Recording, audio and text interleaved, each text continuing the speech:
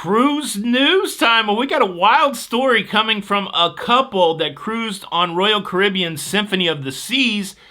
They done had themselves close to a $100,000 Italian dinner. That chicken parm must have been made of gold.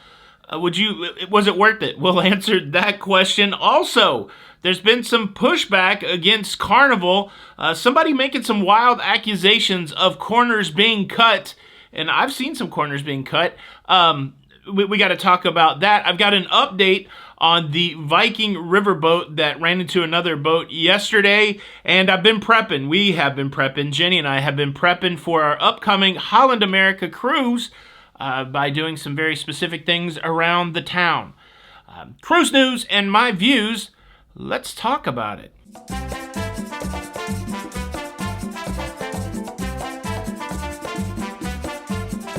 Hey, what's up, everybody? Welcome to Lido, Loca. I'm your host, Tony, here with the latest cruise news and views. Welcome to Tuesday, the 13th of September, 2022. Are you guys in the mood for a Tuesday night live show? I feel like we haven't been home in forever, and we haven't had a live show. Tonight, we're going to do it. We've traveled so much since the last live show. We can talk about Alaska. We can talk about going to the Caribbean. We can talk about going on the Carnival Liberty, all kinds of stuff. Join us tonight at 9 p.m. Eastern for the live show. And also, if you're one of our Patreon members, there will be a live show at 8 p.m., the super duper special Patreon-only show at 8 p.m. all Eastern times. Make sure you join us for wherever you can. All right, cruise news story number one, a fantastical story, a cautionary tale, as it were, about a couple that recently cruised on Royal Caribbean's Symphony of the Seas. Part of their booking was specialty dining included. They had the specialty dining package, and one of those nights they chose Jamie's Italian to go enjoy some Italian food. I keep saying Italian because I know it drives my wife crazy. I can hear her fingers running across the chalkboard in another room. So Jamie's Italian, they had the calamari, they had all kinds of stuff, and a wonderful dinner from all accounts. But when they got back to their cabin and somewhere before they got off the cruise ship, they realized that for that dinner they'd been charged, I think it was $98,000 plus. $98,000 plus. Now, certainly that dinner did not cost $98,000 plus. The question whether or not it would be worth $98,000 is a ridiculous question. Of course, it would not be worth it. What happened is somebody, when they were closing out the bill, they put their ID number in the gratuity spot instead of whatever was supposed to go in the gratuity spot, and they overcharged these people, which set off a series of events which caused a headache on the cruise. Their credit card was pre-authorized for $98,000, which was well over their limit, I would assume, and it caused them to get a lot of hassle. They weren't able to make other charges. They had trouble on the islands because the credit card was all locked up. It's all been resolved now. Royal Caribbean has reversed the charges, but again, like I said, it's a cautionary tale and probably a good moment to remind everybody out there how this charging of your credit card works on the cruise vacation. When you sign in for your cruise vacation, when you check in, you have to set up a payment account. You have to tie either a debit or a credit card to your shipboard account. So you can walk all over the cruise ship with your ship card or your wearable technology, and you can make charges for drinks and pictures and everything else. Cruising is essentially a cashless system, and as those charges rack up, your credit card will be charged intermittently throughout the cruise, will be authorized intermittently throughout the cruise. They usually start off with a few $100s just to get the ball rolling. They'll put a hold on your credit card or on your debit card, and then as that number increases, they put more additional holds on your credit card. And usually that's not a big deal. Sometimes it's a challenge for people with debit cards because you get multiple holds on there, and sometimes the charge goes through before the holds fall off, which could be a challenge if you're using a debit card. And then we have this scenario where it worked as it should. As more and more charges were made, more and more authorizations, more and more holds were put on the credit card. But unfortunately, the incorrect charge completely, well, what do they say in the UK? It put a spanner in the works.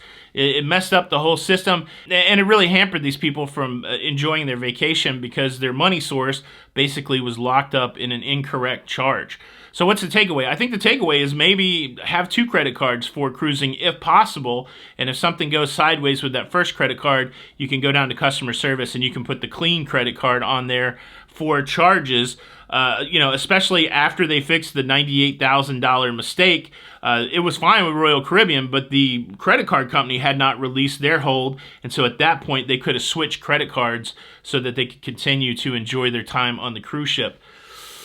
Man, we got overcharged one time for some liquor just because somebody wrote the number down wrong, but $100,000. Holy moly cajoli. Wow, what would you do in that situation? Obviously, somebody's not trying to charge you that kind of money on purpose. It's obviously an accident, a mistake, but it'd be hard to keep your cool, I think, with all those challenges going on. Should Royal Caribbean compensate them for this mistake? That's an interesting question. Leave a comment below. Let me give you cruise news story number 2 from the kitchen. Yesterday, I talked to you about the Viking River cruise ship, Quasir, that ran into another ship on the Rhine River in Germany. The initial reports coming off that cruise ship is that there were some minor injuries of passengers and crew on board. Well, now there is an article out today in USA Today with an official statement from Viking River saying that there are no significant injuries to crew or to passengers, and that the 11-day cruise will continue on without interruption. Even though there was some damage done to that riverboat, it seems like everything is going well. And if there were injuries, they were not significant, according to the statement. I just wanted to make that clarification. There you go. Back to Tony in the semi-quasi studio. Now, if you've been around for a while, you know I enjoy these disgruntled passenger stories dealing with Carnival. I feel bad for Carnival that they seem to be the target of all of these disgruntled passenger stories. I think it's because they have a place where disgruntled passengers can go have their story heard. This latest one's fairly ridiculous, but it does open up an interesting conversation about cruise cutbacks since cruising has restarted. And I'm interested. I've seen some cutbacks on Carnival when I was there, so I'll talk about that. But before we get to it, let me quickly invite you to subscribe if you like staying up to date with everything that's going on in cruising. Please consider subscribing with the notification bell on.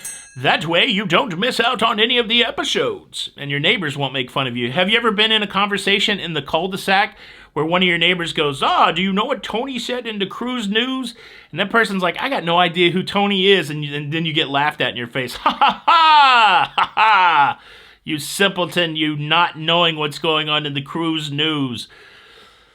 That's just the way I imagine it happens. Does that happen to you? Let me tell you about this. We are preparing to go to Quebec City to go on the Holland America cruise on the 24th of September. We're going through the check-in process and all of that. But in anticipation of cruising on Holland America, Jenny and I did something very specifically. Just before 3 p.m. yesterday, we made our way to a local hotspot for what I would anticipate people that would cruise. We went over to the local hotspot at 2:49 for dinner. That's right, we popped over to the Golden Corral so that we could have our buffet dinner before 3 o'clock in preparation of our cruise on Holland America line. I can't wait to go on that damn ship. All right, let's talk about the hubbub over at Carnival. There is a post on John Heald, the brand ambassador John Heald's Facebook page, where someone is incensed and throwing around pretty serious accusations about the number of clothes hangers that are now in the closet on Carnival cruise ships. And the accusation is this: in an effort to cut corners, Carnival is putting less clothes hangers in the closets on their cruise ships and refusing to give guests additional clothes hangers. I guess this is the big clothes hanger savings initiative of 2022. John responded like, no, that is ridiculous. Now, it's a fair thing to say that during the cruise restart, there might be some cost-cutting measures going on. it may be a little ridiculous to assume that just because you don't have enough clothes hangers in your cabin, that was one of those things. But let me point one out, and all you Guys Burgers aficionados will probably be on board with me for this. On my very first cruise on the Carnival Fantasy, I was captivated by the Guys Burger, and I was also captivated and full of amazement when it came to the toppings bar.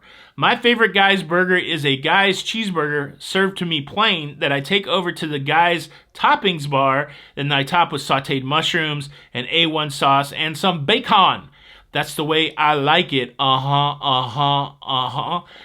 on my last cruise on the Carnival Liberty just a few days ago, some of those things don't even exist on the toppings bar anymore. I got my plain cheeseburger, I made my way over to the toppings bar, and there was no sauteed mushrooms. There was no bacon on there, no bacon bits to put on my burger, and at that point I didn't look very hard for the A1 sauce. I'm sure there's still A1 sauce on the Carnival cruise ships, but yeah, they've drastically, I mean, it seems drastic to me. In the place of the bacon and the sauteed mushrooms, we now have some sort of chili concoction. Also, there are potato sticks and a sauteed onion. Yeah, the times they are a-changin'. I think the bacon and the mushrooms is a cutback for sure. And another thing that changed from my very first Carnival cruise is nary one day did I find prosciutto on the Carnival buffet at the breakfast time, which was a big draw for me on the first one. Again, you pack your patience, you know things are going to change. It did not ruin my cruise or anything like that, but I do think it's a good example of, well, maybe some changes in a cost-cutting manner. Have you noticed any changes on any cruises? And I'm sure if we looked hard across all the cruise lines, we would be able to find changes where they're trying to save money. But have you noticed anything in particular? Did you have enough coat hangers on your last cruise so you don't sound like a conspiracy theorist about the coat hangers? Leave a comment below. Thank you so much for checking out the show today. I hope you enjoyed it. Look, you can do me a solid. You can hit the like button. And unfortunately, if you don't have it in you, if you don't have what it takes to hit the like button, well then Big T's going to have to punish you. And your punishment is this. The only thing you're going to be able to eat on your Guys Burgers or any hamburger on your next cruise is chili. And I feel like the chili that we had on, even on the Royal Caribbean ship, I feel like it's the chili that's made Wendy style, like from the hamburgers of days gone by. That doesn't usually equal good chili. So, yeah, if you don't hit the like button, you are going to have to eat that chili for every meal without oyster crackers or cheese. Yeah, I'm coming at you hard today. Hit the like button. It's a couple days, man. Thanks for watching the show. This is Tony for Lido, Loca. Until the next time, we'll see you on the Lido.